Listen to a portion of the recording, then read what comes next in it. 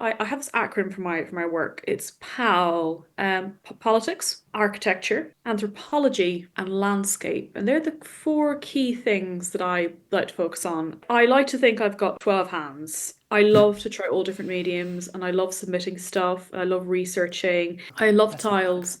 And as you can see here, they are called tiles of antiquity.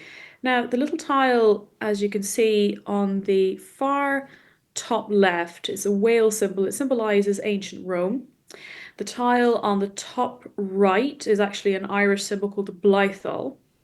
Then the tile under the whale, which is actually an owl, is a symbol of Greece, aka the Athenian or the Hellenic Republic. The fourth tile on the right symbolizes Iran or ancient Persia with a type of bull called an Arok. And we have Greece again, dear Greece, with snakes, which are actually a healing aspect. Sorry, those who were terrified of snakes, but they are actually an aspect of healing in ancient Greece. And last but not least, we have Mesopotamia, the Mesopotamian goddess, which is modern day Iraq.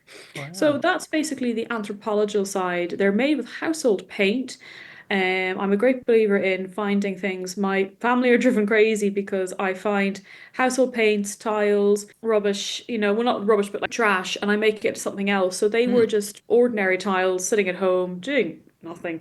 And I thought I'm going to put them into, something that's going to be a very different meanings. Yeah, that is an oculus. That's a dome in Seville in Spain. I drew that one day. I actually went into the church and said a little prayer, and just admired the beauty. I'm a sucker for architecture, and I think that what I wanted to capture with this was that it's basically like it's like the Oculus has got legs and Hmm. arms, and it's like a big eye and it looks down on you. And I always think, God, if people go to that church, and I hope that they'll be blessed no matter what way that comes, that something is looking down on them. But there's a great sort of power in architecture, and particularly like in churches. That's one of my loves is architecture. This is actually inspired by a hawthorn tree. And it's turning into seaweed. And it's Hmm. inspired by a beach that I go swimming on. The beach is called Strand, and it's a little beach. It's very small, very quiet, and the beach has this tree, which is a very, very, very beautiful, very wild hawthorn, which has completely been bent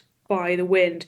And during the old Ireland, I think during the 1920s, it was looked upon as bad luck to cut the hawthorn trees because they thought that, fairies would haunt you.